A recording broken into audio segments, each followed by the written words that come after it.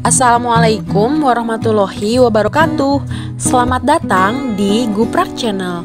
Masih di sini bersama Ibu Lutfi Aywahyuni yang akan setia menemani kalian belajar prakarya. Jangan lupa di like, share, komen, dan subscribe ya.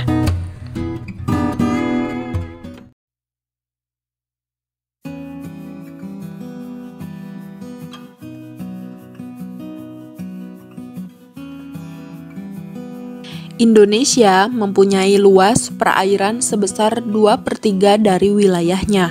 Hal tersebut merupakan potensi perikanan yang harus kita syukuri sebagai anugerah Tuhan Yang Maha Esa. Potensi perikanan meliputi perikanan tangkap dan budidaya. Perikanan budidaya dikembangkan pada perairan laut, payau, dan tawar. Budidaya ikan dimaksudkan untuk menyediakan ikan dalam memenuhi kebutuhan pangan sumber protein selain dari kegiatan penangkapan. Kebutuhan pangan sumber protein yang bersumber dari ikan semakin hari mengalami peningkatan, seiring dengan kesadaran masyarakat tentang pentingnya kandungan gizi ikan. Hal ini merupakan peluang bagi pengembangan budidaya ikan konsumsi. Ikan konsumsi adalah ikan yang dibudidayakan untuk tujuan konsumsi atau sumber pangan. Contoh ikan konsumsi yang dibudidayakan antara lain lele, gurame, bawal, nila, belut, kerapu, dan bandeng. Komoditas ikan konsumsi. Yang pertama, ikan air tawar. Budidaya pembesaran ikan air tawar didominasi oleh ikan mas, lele, patin, nila, dan gurame. Ikan mas merupakan jenis ikan konsumsi yang sangat dikenal hampir di seluruh Indonesia. Ikan mas berbadan agak memanjang, pipih, dan lunak. Ikan ini menyukai habitat perairan yang tidak terlalu dalam dan deras, seperti di pinggiran sungai atau danau. Pakan ikan mas antara lain tumbuhan air dan binatang renik. Pakan utamanya tumbuhan yang tumbuh di dasar perairan. Kemudian ikan nila. Ikan nila merupakan salah satu jenis ikan air tawar yang paling banyak dibudidayakan di Indonesia.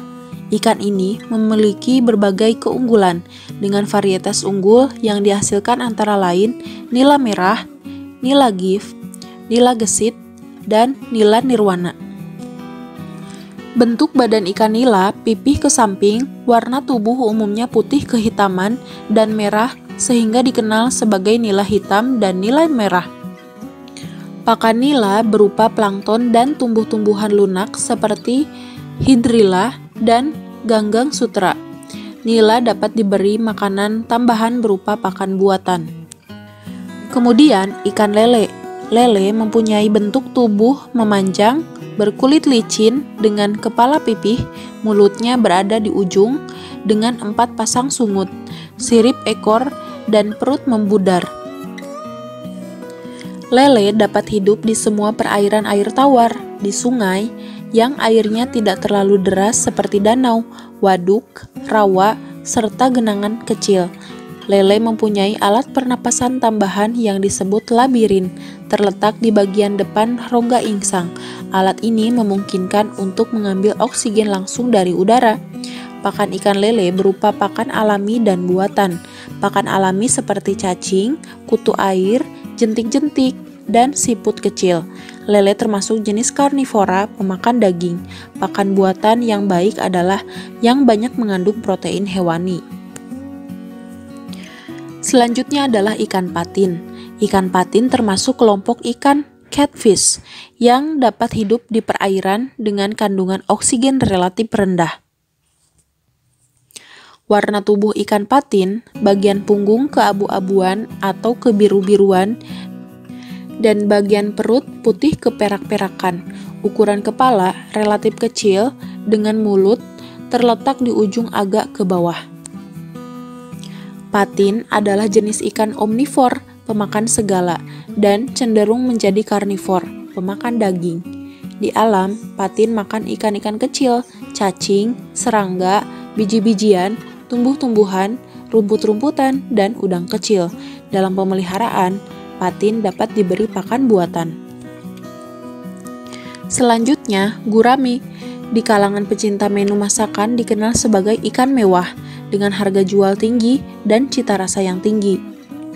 Gurami termasuk ikan omnivora, pemakan tumbuhan dan daging.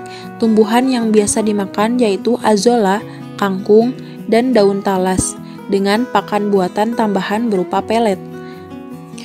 Kemudian, ikan air payau. Jenis ikan air payau yang biasa dikembangkan adalah sebagai berikut. Yang pertama, bandeng. Bandeng merupakan ikan air payau yang cukup terkenal dan mudah didapatkan.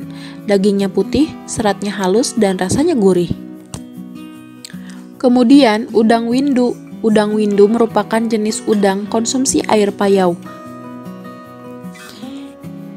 Selanjutnya, ikan air laut. Budidaya pembesaran ikan air laut yang biasa dikembangkan adalah sebagai berikut. Yang pertama, kakap putih. Kakap putih mempunyai bentuk tubuh memanjang, gepeng, batang sirip ekor lebar, mata berwarna merah, cemerlang, mulut lebar sedikit serong, dengan geligi halus.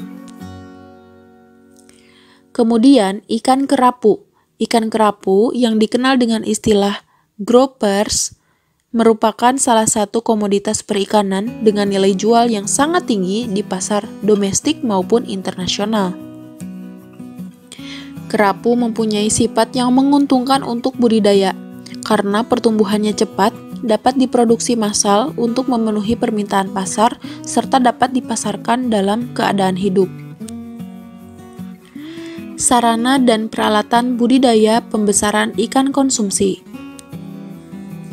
Keberhasilan usaha budidaya sangat tergantung pada ketersediaan sarana produksi yang memadai. Sebelum memulai budidaya, perlu mengetahui sarana produksi apa yang dibutuhkan. Sarana produksi meliputi bahan, alat, serta wadah budidaya. Yang pertama, bahan. Di antaranya adalah benih. Benih ikan yang unggul diperoleh dari induk yang unggul. Benih untuk pembesaran ikan konsumsi beragam ukurannya tergantung jenis ikan yang akan dibudidayakan. Benih yang sehat memiliki ciri-ciri bergerak aktif, tidak cacat, dan memiliki sisik yang utuh. Pada proses penebaran dilakukan proses aklimatisasi dengan tujuan agar ikan dapat melakukan adaptasi suhu. Dengan langkah berikut, yang pertama, isi plastik dengan air dan benih ikan. Lalu biarkan terapung di permukaan air selama 10 menit. Kemudian, masukkan air kolam ke dalam plastik sedikit demi sedikit agar mudah beradaptasi dengan kondisi air kolam atau aklimatisasi. Yang ketiga, biarkan benih dikeluarkan dengan sendirinya atau dikeluarkan pelan-pelan dari kemasan benih atau plastik. Selanjutnya adalah pakan. Pakan memegang peranan penting dalam budidaya pembesaran ikan konsumsi. Dengan manajemen pakan yang baik, pertumbuhan ikan dapat mencapai ukuran sesuai target. Jenis pakan yang digunakan adalah pakan alami dan buatan. Pakan alami berasal dari lingkungan sekitar, seperti mikroorganisme akuatik. Contoh pakan alami yaitu fitoplankton, zooplankton, dan bentos. Pakan buatan dibuat dari berbagai campuran bahan baku hewani dan nabati dengan memperhatikan kandungan gizi, sifat, dan ukuran ikan yang mengkonsumsi pakan tersebut. Selanjutnya adalah pupuk. Pupuk diperlukan untuk pemupukan tanah dasar kolam yang bertujuan untuk meningkatkan kesuburan kolam, memperbaiki struktur tanah, dan menumbuhkan fitoplankton serta zooplankton sebagai pakan alami. Jenis pupuk yang digunakan adalah pupuk alami, kandang, dan buatan. Pupuk alami kandang adalah pupuk yang berasal dari kotoran hewan sapi, kerbau, itik, dan ayam yang sudah dikeringkan. Sedangkan pupuk buatan berupa bahan-bahan kimia yang dibuat di pabrik yang berguna untuk menyuburkan tanah atau tambak atau kolam. Kemudian selanjutnya adalah air. Air mempunyai peranan penting dalam budidaya ikan. Air sebagai media budidaya harus mempunyai persyaratan tertentu agar ikan dapat tumbuh dengan baik. Pengolahan kualitas air merupakan cara pengendalian kondisi lingkungan air di dalam kolam budidaya sehingga dapat memenuhi persyaratan hidup biota di budidaya ikan. Agar ikan dapat tumbuh dengan optimal, maka kondisi lingkungan kolam pembesaran harus disesuaikan dengan kebutuhan ikan. Selanjutnya kapur. Kapur digunakan untuk mempertahankan kestabilan keasaman pH tanah dan air sekaligus pemberantas hama penyakit. Jenis kapur yang digunakan bermacam-macam, diantaranya kapur pertanian, kalsit dan dolomit, serta kapur aktif. Selanjutnya adalah obat-obatan. Kegiatan budidaya terkadang mengalami kendala. Salah satunya kendala penting adalah serangan hama dan penyakit yang dapat mengganggu proses pertumbuhan dan perkembangan biota budidaya. Obat-obatan dapat diberikan untuk pencegahan dan penanggulangan hama dan penyakit. Bisa jenis alami dan buatan.